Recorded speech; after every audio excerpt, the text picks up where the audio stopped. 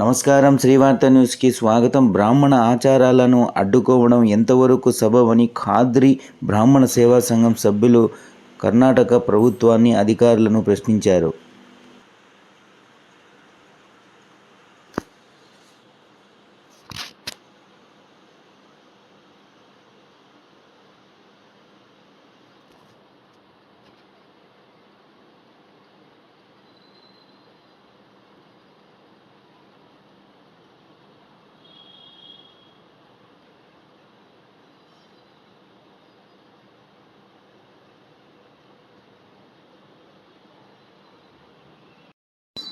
శ్రీ గురుభ్యో నమః. హరి ఓం.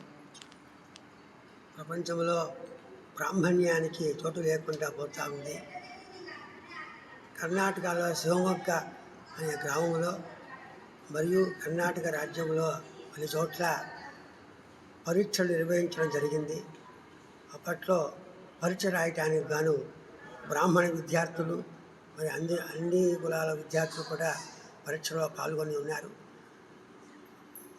ఈ తనిఖీ పరీక్షలు ఎగ్జామ్స్ రాసే ముందు అందరినీ వేరే టెస్ట్ చేస్తారు.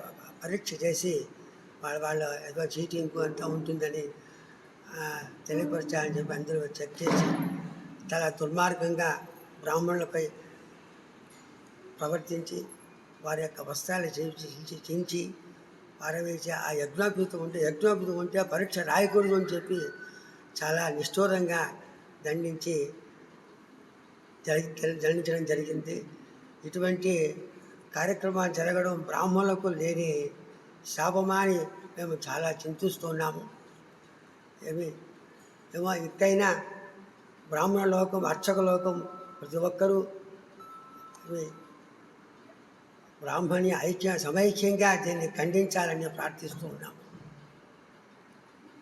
సంఘటనలు ఇంకా మీదట జరగకుండా ప్రతి ఒక్కరూ దీన్ని ప్రతిఘటించి ప్రభుత్వం వారు చర్యలు తీసుకొని సంరక్షణ చేయాలని ప్రార్థిస్తున్నాము.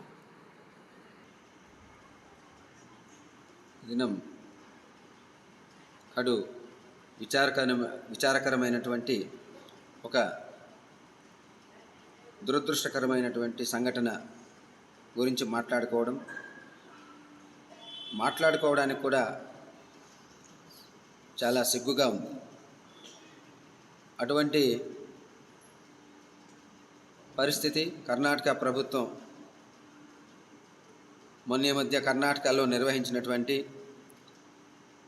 ఒకానొక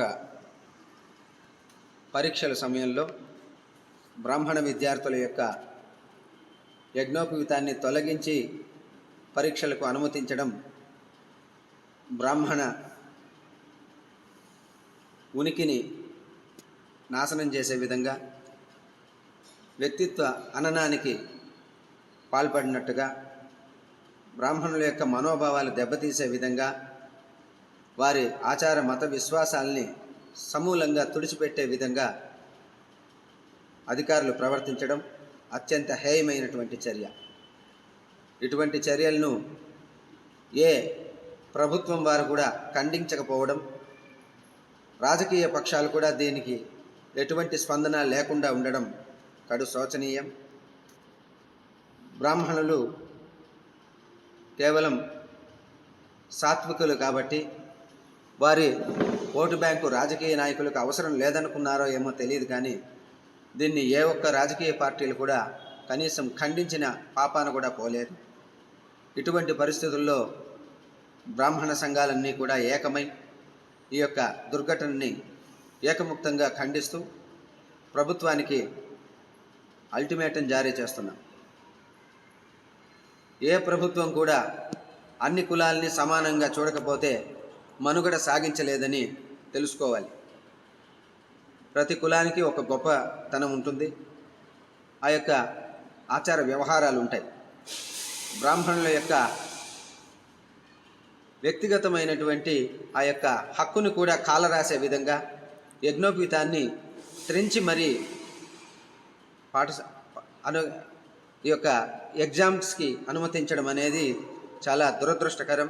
ఇటువంటి విపరీత పరిస్థితులు ఇక ముందు ఎప్పుడూ కూడా జరగకుండా బ్రాహ్మణ సంఘాలన్నీ కూడా దీనిపైన ఏకముక్తంగా తీవ్ర ఆగ్రహాన్ని వ్యక్తం చేస్తూ ప్రభుత్వాలపై తీవ్ర ఒత్తిడి చేయాలని, అదేవిధంగా ప్రభుత్వాలు కూడా ఇటువంటి ధోరణులకి పాల్పడితే రాబోయే కాలంలో చాలా తీవ్ర పరిణామాలు ఎదుర్కోవాల్సి వస్తుందని హెచ్చరిస్తూ బ్రాహ్మణ సంఘాలన్నీ ఏకమై ఇటువంటి వాటిని ప్రోత్సహించకుండా ఆదిలోనే దీన్ని తుంచకపోతే ఆఖరికి మన ఉనికికే ప్రమాదమయ్యే విధంగా ఈ పరిస్థితులు దారితీస్తాయని మరొక మారు అందరికీ గుర్తు చేస్తూ ఈ యొక్క అధికారులకి తగిన శిక్ష పడే విధంగా ప్రభుత్వాలు చర్యలు తీసుకుంటాయని భావిస్తూ మరొక మారు ప్రభుత్వాలని డిమాండ్ చేస్తున్నాం.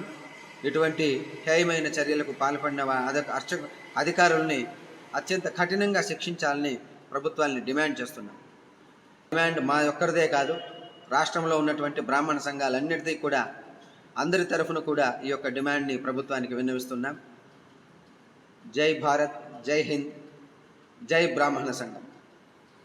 3 రోజుల క్రితము కర్ణాటకలో ఒక హేయమైన చర్య జరిగింది. బ్రాహ్మణ విద్యార్థి పైన చాలా హేయమైన చర్య జరిగింది.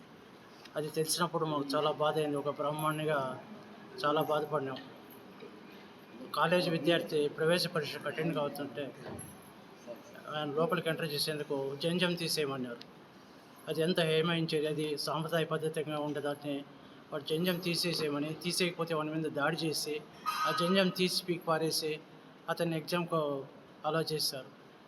నిజంగా చాలా దుర్మార్గమైన చర్య. ఒక అధికారిగా ఉండేవాడు ఆ ప్రకారం చేయడం అంటే అది బ్రాహ్మణులను చాలా ఇదిగా చూడడమే అర్థం.